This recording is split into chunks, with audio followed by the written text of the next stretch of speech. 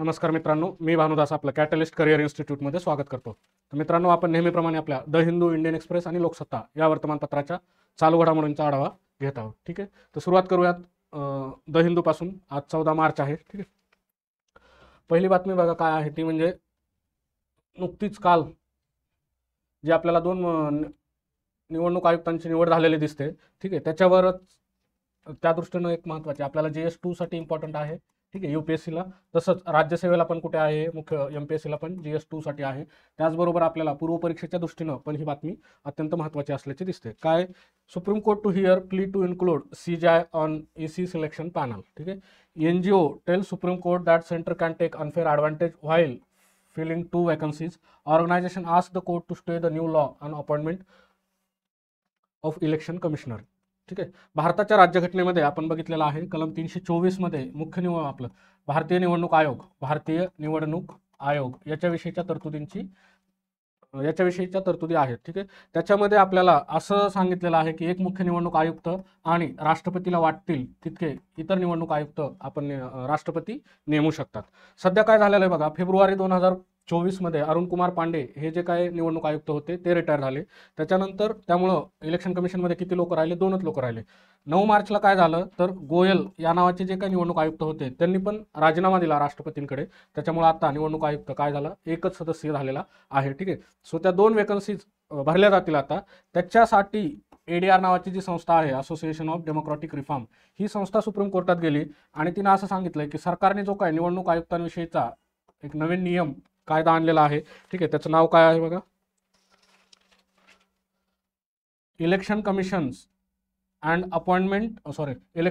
Appointment condition of service and terms of office act 2023 या नावाचा जो कायदा आणला आहे. त्यामध्ये कलम 7 जे आहे ना, त्या कलम 7 मध्ये तरतूद आहे ती म्हणजे सिलेक्शन समिती, आणि ही तरतूद सुप्रीम कोर्टाने रद्द करावी अशी मागणी असोसिएशन ऑफ डेमोक्रॅटिक रिफॉर्मने केलेली आहे. आता असं का मागणी केली तर ह्या समितीमध्ये जे काय समितीमध्ये रचना आहे समितीची त्यानुसार असं वाटतंय की त्याच्यामध्ये काय कार्यकारी मंडळाचा प्रभाव जास्त असेल आणि सरकार स्वतःच्या मर्जीतले लोक काय भरू शकतो. का असं वाटतंय? कारण कोण आहे समितीमध्ये? एक प्राईम मिनिस्टर, तिचे अध्यक्ष असतील समितीचे. 2 कॅबिनेट मिनिस्टर ज्यांना प्राईम मिनिस्टर अपॉइंट करतील. ठीक आहे, आणि तिसरा सदस्य असेल leader of opposition in Lok Sabha. ठीक आहे, leader of opposition in Lok Sabha अशी जी सदस्य असेल, अशी 3 सदस्य ही जी सिलेक्शन कमिटी असेल त्याच्यामध्ये आपल्याला कार्यकारी मंडळाचं वर्चस्व दिसतंय, कारण 2 सदस्य हे काय असतील, कार्यकारी मंडळाचे असतील. म्हणून असोसिएशन ऑफ डेमोक्रॅटिक रिफॉर्मने सांगितलं की बाबा ह्याच्यावर काय आणलं पाहिजे, स्टे आणला पाहिजे. आणि ती जी याचिका होती, इंटरेस्टिंगली ती याचिका सुप्रीम कोर्टाने दाखल पण करून घेतलेली आहे. जर ती रिजेक्ट केली असती तर विषय मिटला असता तिथे. ठीक आहे, पण ती आता दाखल करून घेतली आहे, त्यामुळे आपल्याला असं दिसतंय की त्याच्यावर आता सुनावणी होईल. आता ह्याच्याशी हा जो वाद आहे याच्या मुळाशी एक गोष्ट आहे, एक गोष्ट नाही, त्याच्या मुळाशी एक केस आहे बघा, ती बघा काय.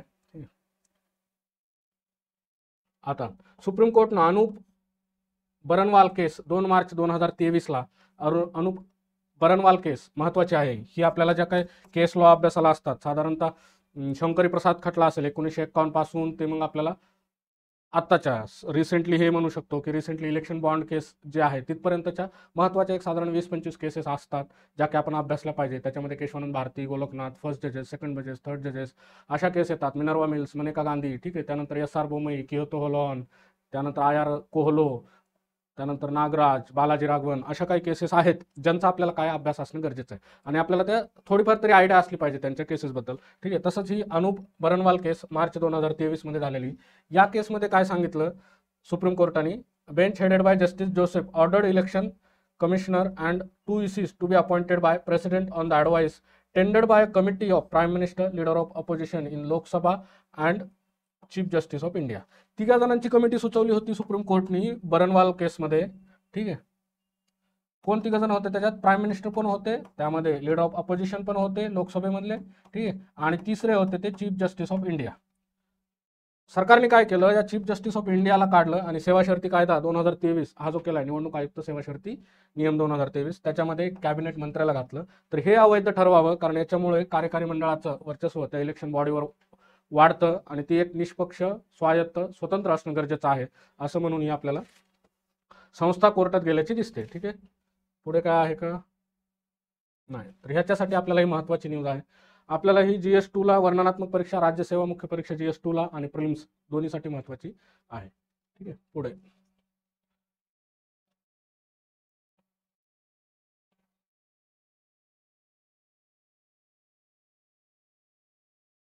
आता will publish details of call bonds in time assert CEC. ठीक आहे, आपले सध्याचे जे CEC आहेत 25 कोण आहेत, राजीव कुमार बसलेत मध्ये. ठीक आहे, त्यांनी नुकती काल प्रेस कॉन्फरन्स घेतली आणि त्याच्यामध्ये त्यांनी जी काय इलेक्शनची तयारी, सार्वत्रिक लोकसभेच्या निवडणुका ज्या सध्या हो घातल्यात त्याच्या तयारीविषयीचं भाष्य केलंय. ठीक आहे, याच्यामध्ये आपल्याला अशी परसे बातमी काय नाही, फक्त एवढं लक्षात ठेवा, स्टेट बँक ऑफ इंडियाला सुप्रीम कोर्टाने काल 12 मार्च ही जी डेडलाईन दिली होती आणि इलेक्शन कमिशनला 15 मार्च ही डेडलाईन दिली आहे. 12 मार्चच्या संध्याकाळी SBIनं सगळा डेटा जो आहे निवडणूक रोख्यांवरचा तो डेटा इलेक्शन कमिशनला दिलेला आहे. आता 15 मार्चच्या आत इलेक्शन कमिशनने वेबसाईटवर अपलोड करणं अपेक्षित आहे. ठीक आहे, सो हेच याच्यामध्ये दुसरं काय आपल्याला माहिती दिसत नाही. पुढचं आहे बघा, गव्हर्नर स्टॉल्स मूव्ह टू रिइंडक्ट पनुमुडी. आता पनुमुडी नावाचे जे काही मंत्री होते, ठीक आहे, त्यांच्यावर एक बेनामी संपत्तीच्या नावाखाली केस चालू होती. त्या केसमध्ये ते निर्दोष आढळले. त्याच्यानंतर DMKने त्यांना पुन्हा सरकारमध्ये घेण्यासाठीची मागणी केली, पण गव्हर्नरने काय केलं, त्याला अडथळा, स्टॉल्स म्हणजे काय, अडथळा निर्माण केलेला आहे. हे घटनेच्या विरोधात आहे का नाही हे आपण कलममध्ये काय दिले त्याच्यानुसारच ठरवू. आपल्याला कलम 163 मध्ये काय दिले, there will be council of minister headed by chief minister to aid and advise to governor. तिथं काउन्सिल ऑफ मिनिस्टर असेल चीफ मिनिस्टरच्या अध्यक्षतेखाली, कशासाठी, गव्हर्नरला to aid and advise to governor, त्यांना सल्ला आणि सहाय्य देण्यासाठी. हे कलम 163 मध्ये सांगितलं. 164 मध्ये असं सांगितलंय, CM ची नियुक्ती गव्हर्नर करतील आणि CMच्या सल्ल्याने मंत्र्यांची नियुक्ती गव्हर्नर करतील. त्यामुळे इथं कलम 164 नुसार मंत्र्याची नियुक्ती करणं हे गव्हर्नरचं कर्तव्य आहे, जेव्हा मुख्यमंत्री त्यांना तसा सल्ला देतात. पण आपल्याला इथं काय, हे जे RN रवी नावाचे गव्हर्नर आहेत तामिळनाडूचे, ते नेहमीच सरकारच्या विरोधात, स्वतःच्याच सरकारच्या विरोधात. ठीक आहे, कारण ते स्वतः राज्यप्रमुख आहेत, म्हणजे ते त्यांचंच सरकार आहे, पण स्वतःच्या सरकारच्या विरोधात ती भूमिका घेत असल्याचं दिसतात आपल्याला. आता हे Kerala reject centre's one time offer of 5,000 crore to tide over fund crunch.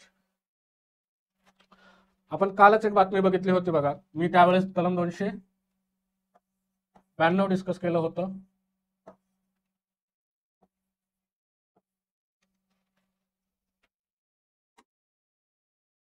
कलम 292 डिस्कस केलेला आपण त्यावेळेस. ठीक आहे, त्याच्यामध्ये काय आहे, राज्यघटनेतलं कलम 292 अशा विषयी बोलतं की एखादा जर राज्य सरकारला कर्ज घ्यायचं असेल तर त्या कर्जाची हमी कोण देतं, केंद्र सरकार देतं. इथं आपण काय टाकूयात मग, केंद्राची हमी. 293 याच्यातील उपकलम 3 हे काय सांगतं, जर केंद्र सरकारचं कर्ज एखाद्या राज्यावर बाकी असेल आणि त्या राज्याला परकीय बाह्य स्रोताकडून कर्ज घ्यायचं असेल तर त्यावेळेस केंद्र राज्यावर बाहेरून कर्ज घेण्यासाठी काय करू शकतं, राज्यावर बंदी घालू शकतं. ती बंदी केरळवर घातलेली सध्याच्या केंद्र सरकारने. सुप्रीम कोर्टाने आदेश दिला त्यांना, केंद्राला, की तुम्ही बाबा बंदी घातली, तो तुमचा अधिकार आहे कलम 293 नुसार, पण मग काहीतरी मिडल वे काढा आणि त्यांना 5,000 कोटी रुपये म्हणजे पैसे द्या, काहीतरी स्पेशल पॅकेज द्या असं म्हटलेलं. केंद्राने 5,000 कोटी ऑफर केले, केरळने ते काय केलेत, रिजेक्ट केलेत आणि त्यांनी जी त्यांची वित्तीय परिस्थिती आहे ती सुधारण्यासाठी 10,000 कोटीचं पॅकेज मागितलंय. कपिल सिब्बल आपल्याला इथं दिसत आहेत, त्यांनी ती बाजू मांडली. पुढचं बघूयात आपण. आता ही महत्वाचं आहे. ठीक आहे, हे महत्वाचं आहे खास करून MPSC साठी. MPSC आणि कंबाईन, ठीक आहे, या दोन्ही परीक्षासाठी महत्वाचं आहे. आपण तुम्हाला चर्चा करत आलोत नेहमी की सरकारच्या ह्या ज्या सध्याच्या ॲडव्हर्टाईज जाहिराती येत आहेत त्या वाचणं किती गरजेचं आहे. आपल्या प्रत्येक कुठल्या ना कुठल्या सिलेबसशी त्या काय होत असतात, रिलेट होत असतात. कालची जर एवढी महत्वाची होती, लेबर आणि स्किल डेव्हलपमेंट संदर्भातली होती ती, GS3चा जो आपला जो सिलेबस आहे मुख्य परीक्षेचा, तो जशाल तसा रिफ्लेक्ट होताना आपल्याला काय दिसत होता, त्यामुळं गरजेचं आहे. आता बघा, छत्रपती शिवाजी महाराजांचे 350वे राज्याभिषेक वर्ष. छत्रपती शिवाजी महाराजांच्या 350व्या राज्याभिषेक वर्षानिमित्त शिवराज्य अभिषेक महोत्सव साजरा केला. ठीक आहे, गड किल्ल्याच्या संवर्धनाअंतर्गत पहिल्या टप्प्यामध्ये 32 गड किल्ले, पाठ पाहिजे, पहिल्या टप्प्यात किती गड किल्ले संवर्धन केले जाणार आहेत, 32 गड किल्ले, गोराई, बुलढाणा, छत्रपती संभाजीनगर, नाशिक आणि रामटेक या 5 ठिकाणी महाराज संकल्पना उद्यान थीम पार्क उभारण्यात येणार आहेत. किती ठिकाणी, 5 ठिकाणी. कोणते, आता हे गोराई, बुलढाणा, छत्रपती संभाजीनगर, नाशिक आणि रामटेक. पाठ पाहिजे बघा, हे 5ला 5 ठिकाण आपल्याला पाठ पाहिजे. ठीक आहे, त्याच्या पुढे गरजा महाराष्ट्र राज्यगीत. ठीक आहे, फेब्रुवारी 2023 मध्ये काय केलं, गरजा महाराष्ट्र ह्या गीताला राज्यगीताचा दर्जा दिलाय, गरजा महाराष्ट्र माझा. 12 जिल्ह्यातील देवस्थानांना जोडणारा शक्तिपीठ. समृद्धी महामार्ग बघितला ना, बाळासाहेब ठाकरे, हिंदू हृदय सम्राट बाळासाहेब ठाकरे समृद्धी महामार्ग, याच्यावर खूप प्रश्न आलेत बघा मागच्या 3-4 वर्षामध्ये. ठीक आहे, त्याच्यावर वारंवार प्रश्न येताना दिसत आहेत आपल्याला दर परीक्षेला, कुठल्यात ना कुठल्या तरी प्रीला किंवा मेन्सला असा प्रश्न येतोय. तसाच आता एक नवीन महामार्ग ज्याच्यावर प्रश्न येणार तो म्हणजे शक्तिपीठ. ठीक आहे, हे आपल्याला माहित असणं गरजेचं आहे. पवनार, कुठे हे पवनार? वर्धा जिल्ह्यामध्ये आहे, जिथं आपल्याला विनोबांचा आश्रम असल्याचं दिसतं. पवनार पासून पात्रा देवी शक्तिपीठ मार्गासाठी 86,300 कोटींची मंजुरी आहे. हा शक्तिपीठ महामार्ग परळी वैजनाथ, हिंगोली जिल्ह्यातील औंढा नागनाथ या ज्योतिर्लिंगासह 12 जिल्ह्यातील देवस्थानांना जोडणार आहे. 12 जिल्ह्यातील देवस्थानांना जोडणार आहे. तो कुठून? वर्ध्यावरनं सिंधुदुर्गला डायरेक्ट जाणार आहे. ठीक आहे, आणि 12 जिल्ह्यातले देवस्थानं, त्याला शक्तिपीठ असं नाव दिलंय, लक्षात ठेवा. मराठी भाषेच्या विकासासाठी काय केलंय? मराठी भाषा धोरण जाहीर करायचं ठरवलंय. त्यानंतर अभिजात भाषेचा दर्जा मिळावा याच्यासाठी समिती गठीत केली. ठीक आहे, याच्या आधीची जी समिती होती त्याच्यामध्ये कोण? रंगराव पठारे समिती होती बघा, रंगनाथ पठारे समिती होती. 2023 पासून भारताबाहेरील मराठी भाषकांचे विश्व संमेलन 23 पासून विश्व संमेलन आयोजित केलं जाणार आहे. महाराष्ट्राबाहेर परंतु देशांतर्गत मराठी भाषा युवक मंडळे स्थापन केले जाणार आहेत. ठीक आहे, असं काही मराठी भाषेसाठी तरतुदी आहेत. पुढचं काय बघा, आमच्या मराठवाड्याचं मराठवाडा मुक्तीसंग्राम अमृत महोत्सवी वर्ष 17 सप्टेंबर हा काय आहे? मराठवाडा मुक्तीसंग्राम दिवस आहे. मराठवाडा मुक्तीसंग्राम दिनाच्या निमित्त मराठवाडा विभागातील 8 जिल्ह्यात कार्यक्रम केले. बलिदान विजयाच्या स्मृती जतन करण्यासाठी एक भव्य स्मारक छत्रपती संभाजीनगरला 100 कोटीचं उभारणार आहे. ओके, आता लोकअस्मिता. छत्रपती संभाजीनगरचं नाव औरंगाबादचं नाव छत्रपती संभाजीनगर केलं, उस्मानाबादचं नाव धाराशिव केलं, आणि कारच बघितलं आपण पुण्यातला जो वेल्हे तालुका आहे त्या वेल्हे तालुक्याचं नाव काय केलं? राजगड केलंय. आणि त्याच्यानंतर अहमदनगर याचं नाव काय केलंय? पुण्यश्लोक अहिल्यादेवी होळकर नगर केलेलं आहे. ठीक आहे, शिवडी नावाशेवा समुद्र सेतूचं नामकरण अटल बिहारी वाजपेयी शिवडी नावाशेवा. मुंबई किनारी रस्त्याला धर्मवीर स्वराज्य रक्षक छत्रपती संभाजी महाराजांचं नाव दिलंय. आता कुठं कोणाचं स्मारक उभारलंय ते पण आपल्याला माहित पाहिजे. संभाजी महाराजांचं तुळापूर जिल्हा पुणे आणि शिरूरच्या वडू जिल्हा पुणे येथील समाधी स्थळांची सुरुवात. त्यानंतर संत जगनाडे महाराज मौजे सदुंबरू तालुका मावळ. हे कल्चरमध्ये आपल्याला विचारलं जाऊ शकतं. GS1 राज्यसेवा मुख्य परीक्षा GS1 ला कल्चरमध्ये ह्याच्यावर. रायगड जिल्ह्यातील उमरट येथे नरवीर तानाजी मालुसरे यांचे समाधीस्थळ आहे. पुण्यातल्या संगमवाडीला इथं वाकडेवाडीच्या तिथे. ठीक आहे, आद्य क्रांतिगुरू लहुजी वत्स साळवे यांच्या स्मारकांचं भूमिपूजन आहे. राजगुरुनगर पुणे हुतात्मा शिवराम हरी राजगुरू याचं. तर आज काय तेवढं जास्त नव्हतं, पण हा कल्चरच्या दृष्टीने महत्वाचा आहे. शक्तिपीठ विषय पण माहिती असलं पाहिजे, बाकी खूप जनरल गोष्टी होत्या. ठीक आहे, पुढे चालू आहेत. Dushyant blames BJP for calling off alliance over seat sharing. असू द्या, BJP पुट्स फेथ.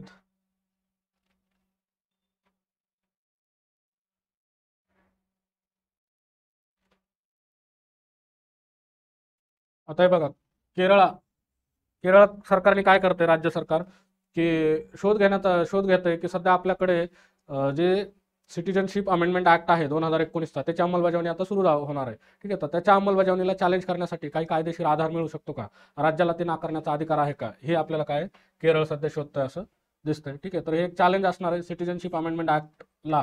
आपण कालच चर्चा केली बघा, सिटीजनशिप अमेंडमेंट ऍक्ट जो आहे तो सिटीजनशिप हा जो काही मुद्दा आहे हा मुद्दा आपल्याला सेंट्रल लिस्टमध्ये असल्याचं दिसतंय. सेंट्रल लिस्टमध्ये म्हणजे केंद्र सूचीमध्ये 17वा मुद्दा आहे, एंट्री 17. ठीक आहे, आता जो कायदा केला तो कायदा करण्याचा अधिकार फक्त कोणाला आहे? संसदेला आहे. हे आपल्या राज्यघटनेच्या कलम 11 मध्ये स्पष्ट म्हणलेलं आहे. ठीक आहे, सध्याचा जो कायदा केलाय 2019ला त्यानुसार 31 डिसेंबर 2014 ही काय डेडलाईन ठरवलेली आहे. याच्या आधी आलेले बेकायदेशीर स्थलांतरित कोणत्या 3 देशातनं? पाकिस्तान, अफगाणिस्तान, बांगलादेश 6 धर्माचे लोक काय करू शकतात? 5 वर्षाच्या वास्तव्यानंतर. हे लक्षात ठेवा. ह्या कायद्याचा उद्देश काय आहे? तर ह्या कायद्याचा उद्देश आहे फास्ट ट्रॅकिंग करणं. काय फास्ट ट्रॅकिंग? तर एखाद्या बेकायदेशीर स्थलांतर या देशातनं आला पूर्वी नॉन मुस्लिम, तर त्याला जे काय भेटलं जायचं नागरिकत्व, ते नागरिकत्व भेटण्यासाठी 11 वर्षाची वाट बघावं लागायची. कारण पूर्वी जो पिरियड होता राहण्याची वास्तव्याची अट ते 11 वर्षाचा होता. आता तो काय केलाय? 5 वर्षावर आणला की 5 वर्ष राहिल्यानंतर लगेच तो कशासाठी पात्र होऊ शकतो? सिटीजनशिपसाठी पात्र होऊ शकतो. ठीक आहे, असं अनेक गोष्टी आहेत, आपण त्या डिस्कस करतच आलोत वेळोवेळी. 4-5 दिवस झाला आज कंटिन्यू ह्या मुद्द्यावर आपण, आणि रोज काहीतरी ॲडिशन त्याच्यामध्ये काय सांगत राहतोय.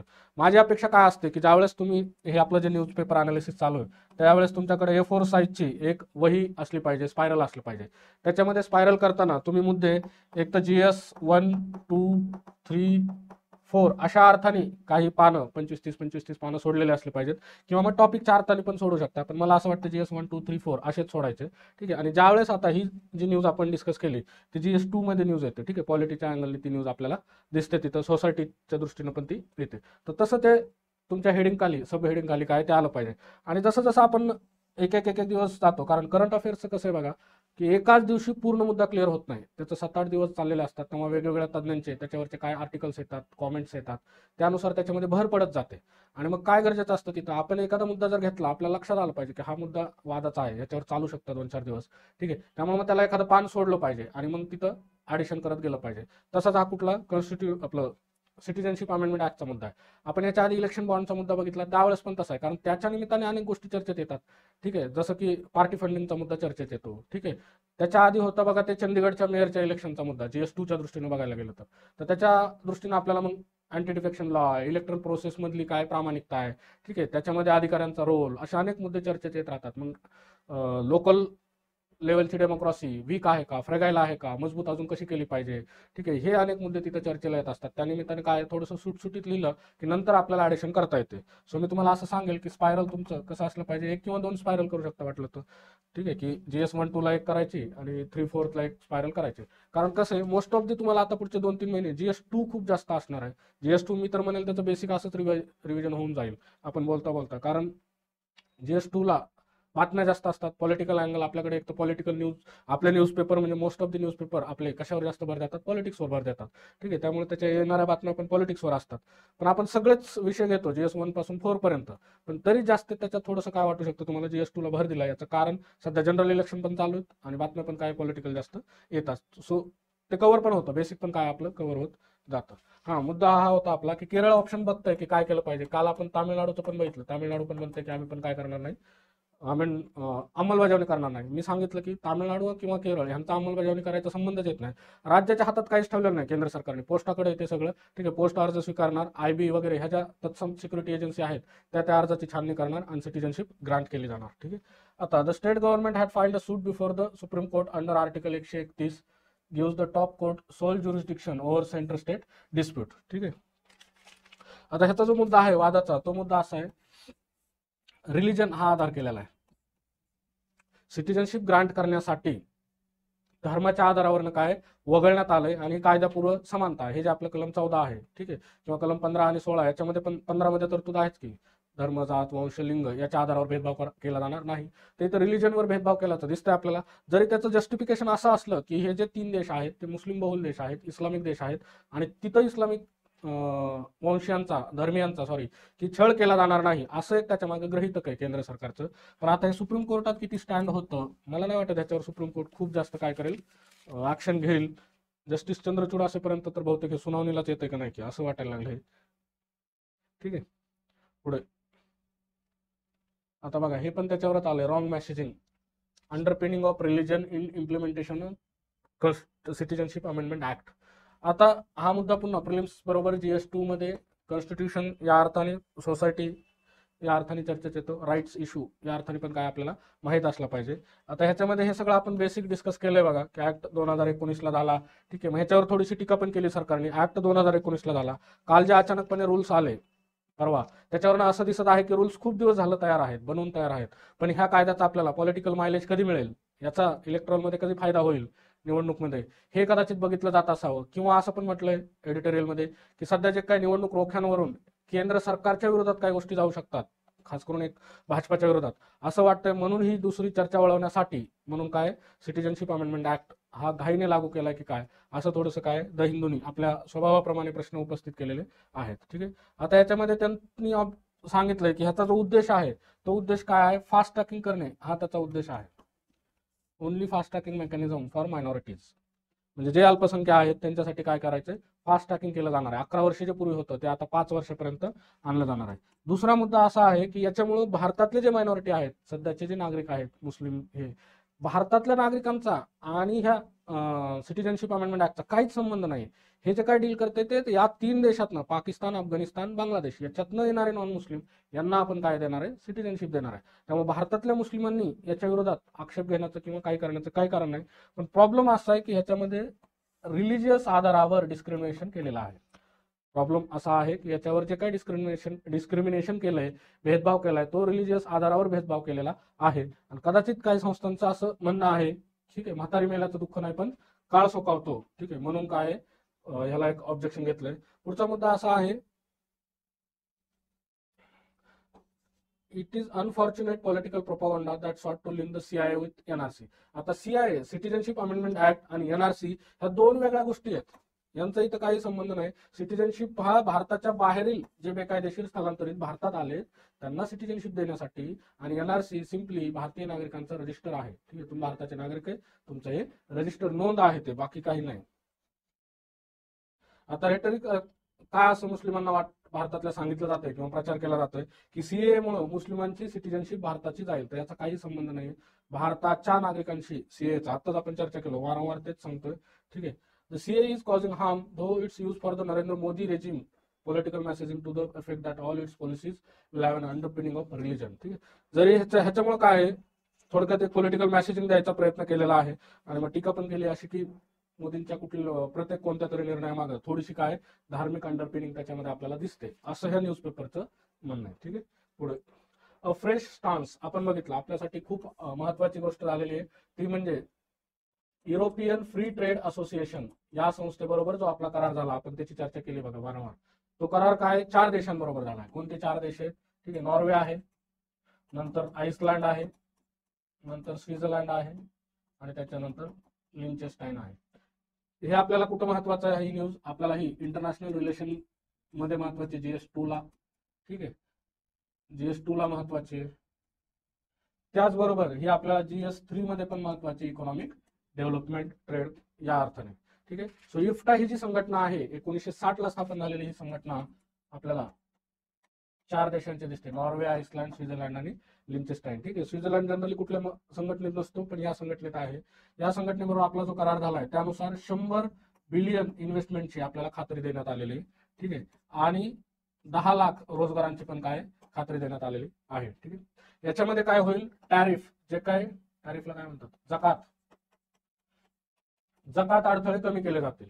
आता ह्याच्यामध्ये जकात अडथळे कमी केल्यामुळं आपल्या मालाला काय, वस्तू ज्याला म्हणतो वस्तू व्यापार, याला फरक पडणार नाही, कारण ह्याचे ऑलरेडी जकात अडथळे आपले काय कमी आहेत. ठीक आहे, किंवा आपल्याला युरोपियन देशांकडनं यांच्यामध्ये पण व्यापारामध्ये वस्तूंच्या बाबतीत कमी आहेत. याचा फायदा जो काय होईल, आपल्याला खरा फायदा कुठं होणार आहे, सेवा क्षेत्रामध्ये खरा फायदा होणार आहे. आणि Bharat, India is one of the largest service exporter. ठीक आहे, त्यामुळे भारताला तिथं फायदा होणार आहे. दुसरं मग काय होईल, जकातीमध्ये कमी झाल्यामुळे आता तुमचे जे स्वित्झर्लंडचे चॉकलेट आहेत ते चॉकलेट स्वस्त होईल, स्वित्झर्लंडवर येणारी दारू, ठीक आहे, अल्कोहोल ते स्वस्त होईल. अशा गोष्टी काही आपल्याला बघायला मिळते. ठीक आहे, दुसरं अजून याच्यामध्ये काय आहे, मार्केट ऍक्सेस वाढणार आहे. ठीक आहे, बाजार प्रवेश काय वाढणार आहे दोन्ही बाजूनं. भारताचं तिकडे भारत सर्व्हिस एक्सपोर्ट करतो प्रामुख्याने या देशांना, आणि या देशांकडून आपण काय करतो प्रामुख्याने मालांची आयात करतो, जसं की आता चॉकलेट, दारू इत्यादी गोष्टी आपण बघितल्या. अजून याच्यामध्ये आहे ते म्हणजे आपल्याला FDI ची जी गॅरंटी आहे, हे पहिल्यांदा असं काहीतरी झालंय जिथं आपण फर्म गॅरंटी दिसते. काय इथं मुद्दा की तिथं आपल्याला एक गॅरंटी, जसं सध्या गॅरंटी हा शब्द चर्चेत आहे, प्राईम मिनिस्टर मोदीजींची गॅरंटी सगळीकडे होर्डिंग जाहिरात आपल्याला बघायला मिळते.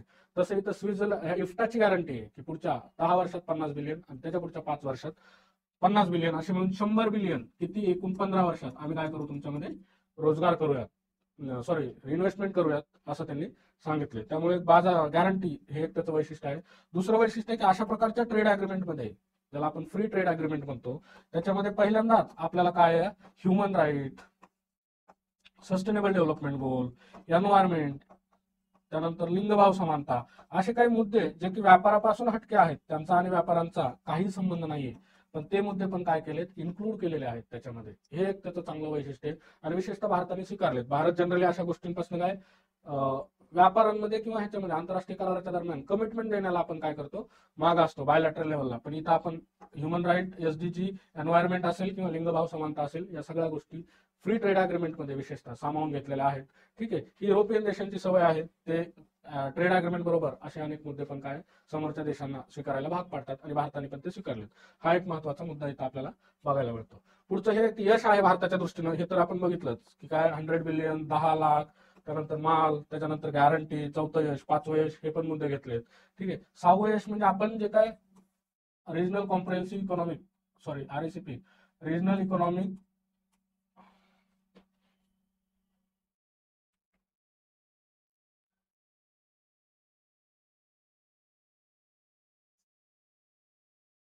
रिजनल कॉम्प्रिहेन्सिव्ह इकॉनॉमिक पार्टनरशिप 2019 मध्ये हा जो पार्टनरशिपचा करार होता बघा, एशियन प्लस 6 बरोबर असणार होता, पण आपण सोडल्यामुळे तो 5 झाला. त्याच्यातनं जे माघार घेतली होती आपण, त्याच्यावर बरंच काय आहे, भारतावर टीका केली जात होती की भारत आता प्रोटेक्शनिस्ट पॉलिसी होतोय, ठीक आहे, ट्रेड लिबरलायझेशनला घाबरतोय वगैरे. तो पण आपण काय आता मुद्दा पुसून टाकला. इफ्टा सारखा, जरी इफ्टा खूप मोठा आपला ट्रेडिंग पार्टनरशिप मध्ये नसला, फक्त आपला ह्याच्यातला स्वित्झर्लंडच असा एक मोठा देश आहे जो की टॉपचा ट्रेडिंग पार्टनर भारताच्या पहिल्या 5-6 मध्ये काय राहत असतो, ठीक आहे. बाकीचे एकूण ब्लॉकशी विचार करता आपला खूप जास्त ट्रेड होत नाही, तरी पण आपल्याला एक महत्वाचं आहे ते, कारण आता याच्या निमित्तानं युरोपियन युनियन, त्याच्यानंतर युके यांच्याशी पण बोलणी चालू आहे, अजून ऑस्ट्रेलियाशी पण बोलणी चालू आहे आपली, ठीक आहे, कॅनडाशी पण बोलणी चालू आहे. असे काही देश आहेत ज्यांच्याशी आपल्या पाईपलाईन मध्ये आहेत सध्या फ्री ट्रेड अग्रीमेंट. त्यामुळे ती चांगली गोष्ट आहे. जरी आरसीईपी मधून आपण माघार घेतली तर या काही गोष्टी करून. आणि हा दुसरा महत्वाचा म्हणजे युएई नंतरचं सगळ्यात मोठं यश आहे. भारताचा युएई बरोबर करार झाला, ठीक आहे, त्याच्यानंतर सगळ्यात मोठा करार हा इफ्टा, ज्याला टेपा म्हणतो आपण, ठीक आहे, ट्रेड इकॉनॉमिक पार्टनरशिप अग्रीमेंट, टेपा झालेला आहे, ठीक आहे. सो हे सगळे मुद्दे इथं डिस्कस केलेले आहेत जे आपण इथं चर्चा केली.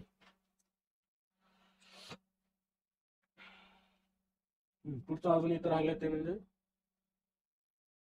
Research, India's research and funding breaking down the numbers. आता भारताचा रिसर्च अँड डेव्हलपमेंटचा जो मुद्दा आहे, जो आपल्याला GS3 मध्ये सायन्स टेक्नॉलॉजी UPSC साठी, ठीक आहे, आणि GS4 मध्ये आपल्याला राज्यसेवेसाठी महत्वाचा आहे, ठीक आहे. प्रामुख्याने हे जो आर्टिकल आहे ते वर्णनात्मक परीक्षेसाठी, त्याचबरोबर काय एसए मध्ये वगैरे आपल्याला त्याचे पिन पॉईंट कुठेतरी टाकता येऊ शकतात, अशा दृष्टीने महत्वाचं आहे.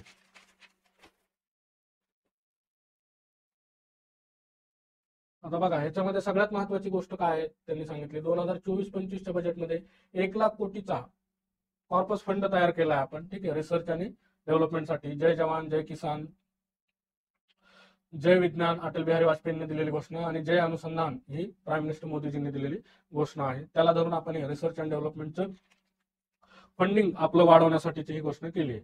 मुळात आपलं जर फंडिंग बघितलं, काय इंडियाचं research and development gross expenditure on research and development, ज्याला GRD म्हणतात, ते जर बघितलं आपलं तर ते खूप कमी आहे युरोपियन देशांपेक्षा. आणि युरोपियन देशांचं कसं आहे, युरोपियन किंवा वेस्टर्न अमेरिका वगैरे समजा या देशांमध्ये प्रायव्हेट फंडिंग पण खूप जोरात असतं. म्हणजे प्रायव्हेट कंपन्या ज्या आहेत ना, त्या खूप दाबून रिसर्च करत असतात, तगडा रिसर्च ज्याला आपण म्हणू शकतो तसं. भारतामध्ये मात्र असे काही प्रायव्हेट कंपन्या तर रिस्कच घेत नाहीत कसल्या रिसर्चमध्ये, आहे तेच चालवत आहे तेच. तिथे म्हणजे तुम्हाला जर सांगायचं झालं, AI चा रिसर्च 20 वर्ष झालं करत होते. जेफ्री हिंग्टन नावाची व्यक्ती जे आहे, जे की गुगल AI चे हेड आहेत, 20 वर्ष झालं रिसर्च करत होते. आता मागच्या वर्षी त्यांनी AI जगाला हिरोशिमाचा क्षण दाखवेल इतकी विनाशकारी शक्ती आहे AI, म्हणून त्यांनी रिझाईन केलं. मुद्दा सांगायचा फक्त की 20-20 वर्षापर्यंत लिबर्टी तिथल्या कंपन्या घेतात, देतात कर्मचाऱ्यांना की तुम्ही कुठल्या तरी नवीन टेक्नॉलॉजीवर संशोधन करा. आपण मात्र ना आपली ती कॅपॅसिटी, ना आपली ती इच्छा आहे, ना काहीच नाही, असं येतं थोडक्यात. सो आपलं जर एक्सपेंडिचर बघितलं 2011-12 ला, 2010-11ला ते 6,000 मिलियन होतं, 6,000 मिलियन कोटी, आणि ते 20-21 मध्ये किती 12,000 मिलियन कोटी इथपर्यंत झालंय. आणि टोटल GDPच्या बघितलं तर 0.64, 1% खर्च. आणि त्यातच बघा, चायना 2.4% म्हणजे 2.5% खर्च, जर्मनी 3.1% खर्च, साऊथ कोरिया 4.8% म्हणजे 5%च्या जवळ, आणि USA 3.5%. हे सगळे देश आपल्यापेक्षा 5-6 पट खर्च करतात. आश्चर्य नाही तिकडच्या टेक्नॉलॉजीमध्ये आणि आपल्या टेक्नॉलॉजीमध्ये, ठीक आहे, कारण आपण फंडिंग मध्ये कुठेतरी कमी पडतोय, आपण इथं मुद्दा महत्वाचा आहे, ठीक आहे. त्याच्यानंतर महत्वाचं आहे ते म्हणजे आपल्याकडे जे रिसर्च अँड डेव्हलपमेंटचं फंडिंग आहे, ते आता चर्चा केली, ते मोस्ट ऑफ द गव्हर्नमेंट सेक्टरमध्ये केलं जातंय. म्हणजे केंद्र सरकार 43.7%, राज्य सरकार 6.7%, हायर एज्युकेशनचे इन्स्टिट्यूट जे आहेत आपल्याकडच्या त्या 8% करतात, आणि पब्लिक सेक्टर इंडस्ट्री म्हणजे इंडस्ट्री पण पब्लिक सेक्टर मधले ONGC वगैरे अशा ज्या संस्था, ठीक आहे, त्या किती 4.4% करतात, आणि प्रायव्हेट सेक्टर फक्त 36% करतं. आपल्याकडे काय प्रायव्हेट सेक्टर जास्त रिसर्च मध्ये सहभागी होत नाही, ठीक आहे. त्यामुळे यांनी सहभागी होणं हे सायन्स टेक्नॉलॉजी इनोव्हेशन आणि इकॉनॉमिक ग्रोथ टेक्नॉलॉजीकडे ऍडव्हान्समेंटसाठी महत्वाचं आहे, ठीक आहे. प्रायव्हेट पार्टनरशिप आपल्याला त्याच्यामध्ये वाढली पाहिजे. आणि त्याच्यामध्ये जर आपण बघितलं ना की हे बघा, according to the RD statistic of the department of science and technology, India's total investment in research and development reached 17.2 billion in 2020-21.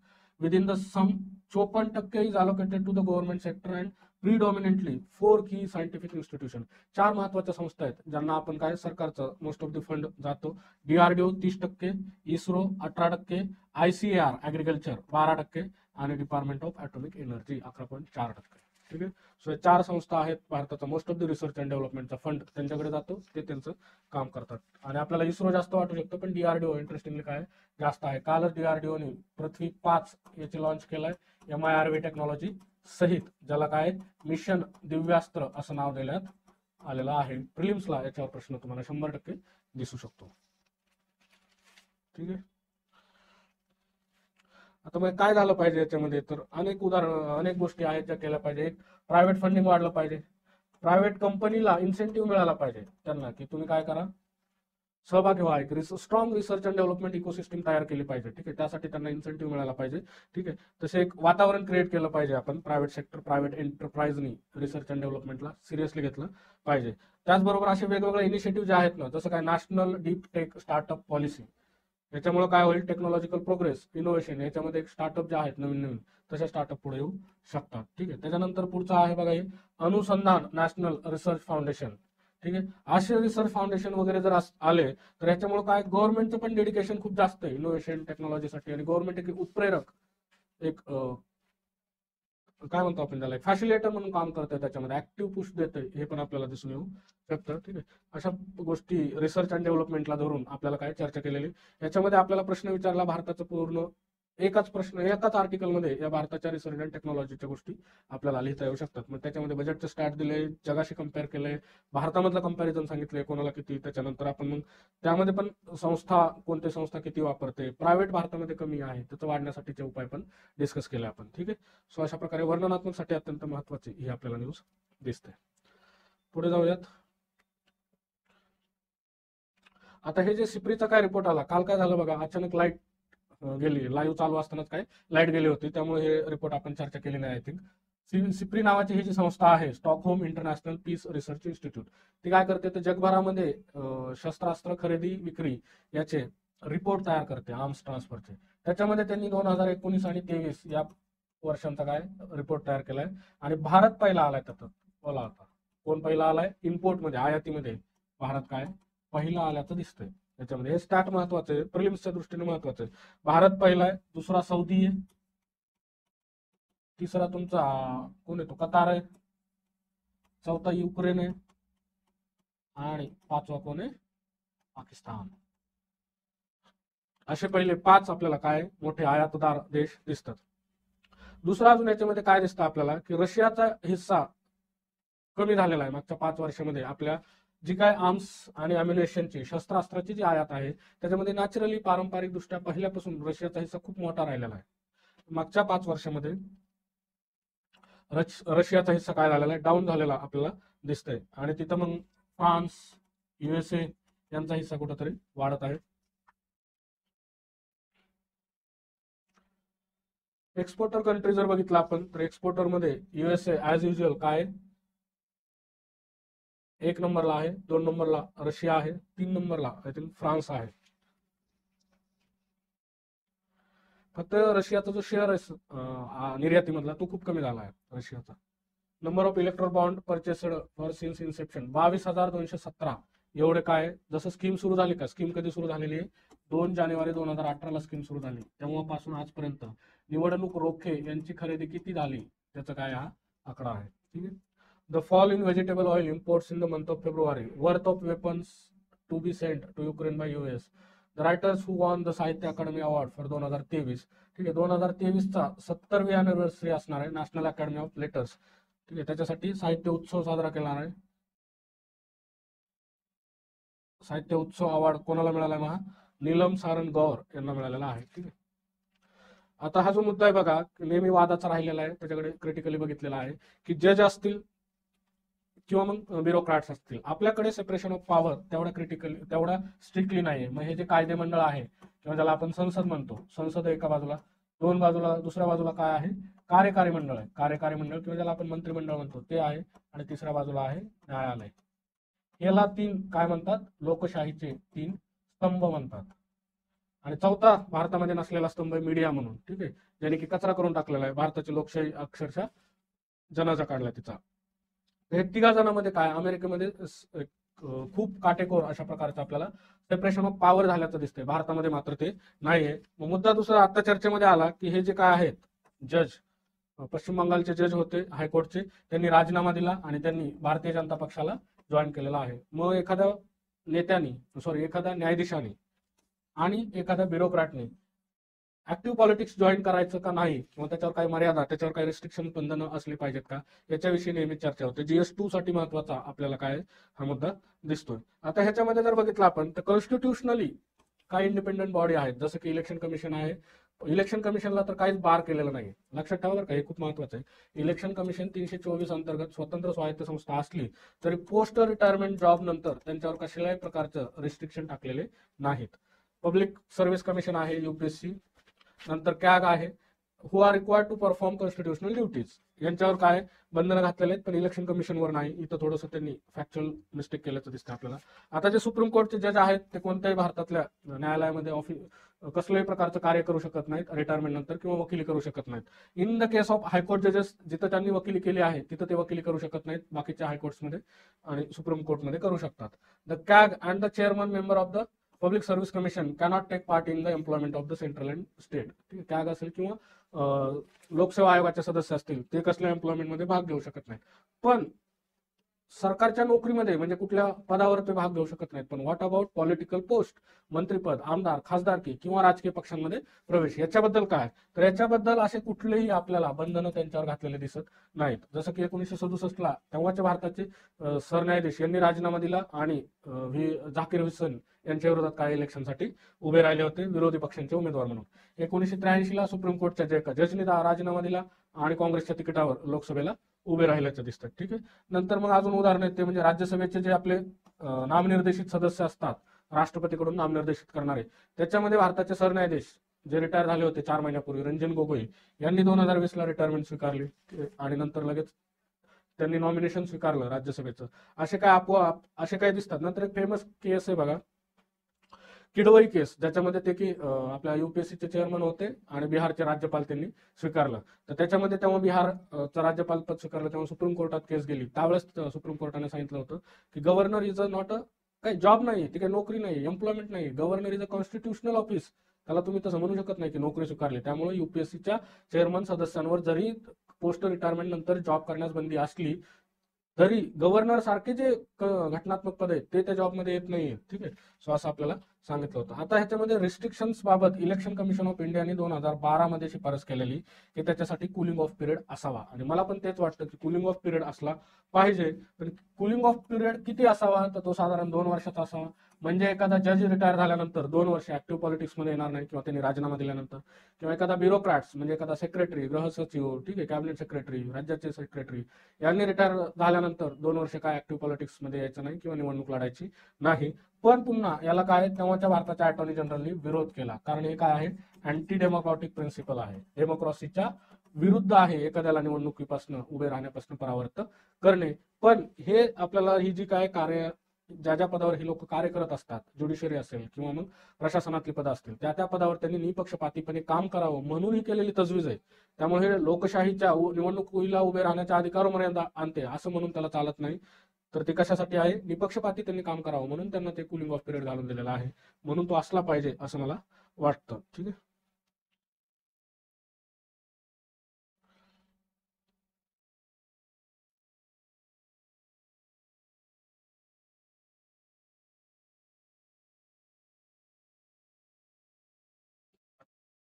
आता बघा, Canadian probe into Nijjar case is not over, New Zealand deputy prime minister. आता हे New Zealand, Australia, Canada या देशांना एक वेगळ्याच प्रकारची काहीतरी लहर येते. ठीक आहे. आता निज्जर केस जी चालू आहे, निज्जर नावाचा जो खलिस्तानी दहशतवादी होता, ठीक आहे, त्या खलिस्तानी दहशतवाद्याची जी काही हत्या झाली कॅनडामध्ये, आणि ती हत्या झाली त्याच्यामध्ये कॅनडाच्या सरकारने आणि प्राईम मिनिस्टर जस्टिन ट्रुडोला वाटलं की आपण केस उडून उडून जे बोलतो ते बोलल्यामुळे काय, खोटं बोललं तरी खरंच वाटतं काय की लोकांना.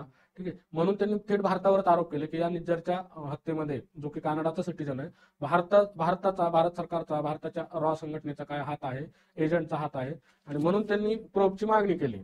आपल्याला काय, आपण त्याच्यामध्ये ते आरोप सगळे डिनाय केले. पण हे जे आहेत, New Zealand is one of the 5 eyes grouping countries that have argued New Delhi to cooperate in the investigation. It is too early to comment on the issue, says Winston Peter, who is on 4 day. आता ह्याच्यासाठी काय, भारतावर दबाव आणण्यासाठी की तुम्ही चौकशी करू द्या, करा की चौकशी, आम्ही काय नाही म्हटलेलं नाहीये. ठीक आहे, त्याच्यासाठी एक देशाचा ग्रुप आहे, त्याला 5 आयज म्हणतात, ज्याच्यामध्ये ऑस्ट्रेलिया आहे. कोण कोण आहे त्याच्यामध्ये बघा आता.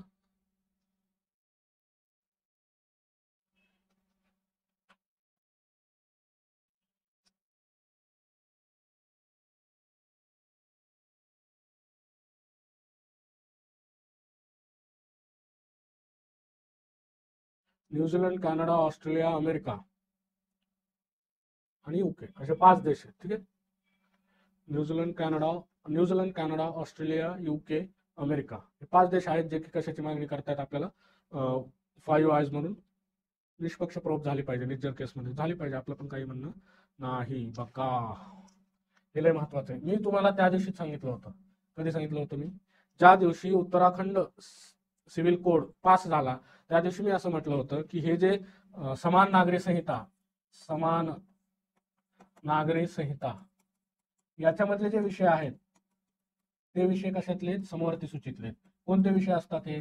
विवाह, घटस्फोट, पोटगी, दत्तक, हे समवर्ती सूचीतले. आणि ह्याच्यावर ऑलरेडी केंद्राने कायदा केलेला आहे 1954-55, आपल्याकडे ज्याला हिंदू कोड लॉ म्हणतात, ते कायदे केलेले आहेत. त्यामुळे ज्यावेळेस ऑलरेडी समवर्ती सूचीवर, समवर्ती सूचीचा अर्थ की केंद्र आणि राज्य दोघे कायदा करू शकतात, पण ज्यावेळेस समवर्ती सूचीवर केंद्राचा कायदा केलेला असेल त्यावेळेस राज्य त्याच्या विरोधी किंवा त्याच्यापेक्षा वेगळा कायदा करू शकत नाही, त्याला पूरक असा कायदा करू शकतो. पण राज्य त्याच्यापेक्षा वरचढ किंवा वेगळा कायदा करू शकतो, पण त्या केलेल्या कायद्याला कोणाची संमती मिळाली पाहिजे? तर प्रेसिडेंटची संमती मिळाली पाहिजे.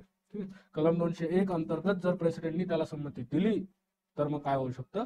तो जो कायदा आहे तो वरचढ ठरू शकतो, जरी विषय समवर्ती सूचीतला असेल आणि जरी केंद्राने त्याच्यावर कायदा केलेला असेल ऑलरेडी. सो आता इथं तेच झालेलं आहे की उत्तराखंडने जे काय समान नागरी संहिता कायदा केला, तिथल्या गव्हर्नरनी त्यांना कळालं की समवर्ती सूचीचा विषय केंद्राचा ऑलरेडी कायदा आहे, त्यांनी कलम 200 अंतर्गत काय केलं? हे राष्ट्रपतीच्या सहीसाठी राखीव ठेवला आणि कलम 201 अंतर्गत राष्ट्रपतींनी त्याच्यावर सही केली. ठीक आहे, सो अत्यंत सोपं, क्वालिटी सोपी करून सांगतोय तुम्हाला इथं की नेमकं झालं काय, का राष्ट्रपतीने सही केली, याचं आपल्याला उत्तर इथं मिळालं. कारण तो समवर्ती सूचीचा विषय, कायदा त्यांना तरी टिकवायचाच आहे, केंद्राचे असले तरी, वेगळा आहे तो, समान नागरी संहिता आहे.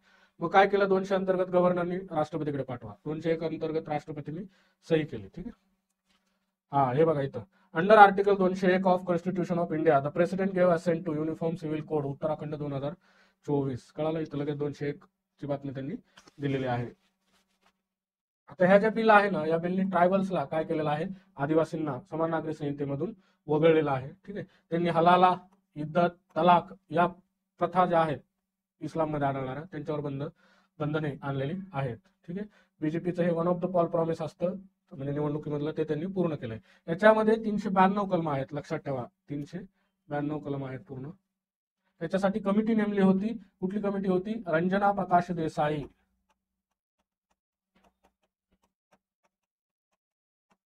रंजना प्रकाश देसाई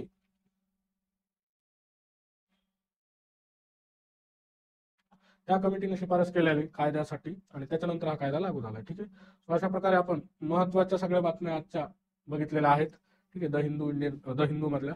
ठीक आहे, आमचा हा जो प्रोजेक्ट आहे करंट अफेअर्सचा, त्याच्यामध्ये काही सुधारणा वाटत असतील तर तुम्ही नक्की सांगा आम्हाला की हे सुधारणा केलं पाहिजे, याच्यामध्ये हे ऍड केलं पाहिजे किंवा ते कमी केलं पाहिजे. ठीक आहे, MCQ नोट्स, आता ह्याच्या आम्ही PDF बनवून नोट्स द्यायचा पण प्रयत्न करणार आहोत. ठीक आहे, तुम्ही शेअर करा, जास्तीत जास्त मित्रमैत्रिणींपर्यंत तुमच्या पोहोचवा.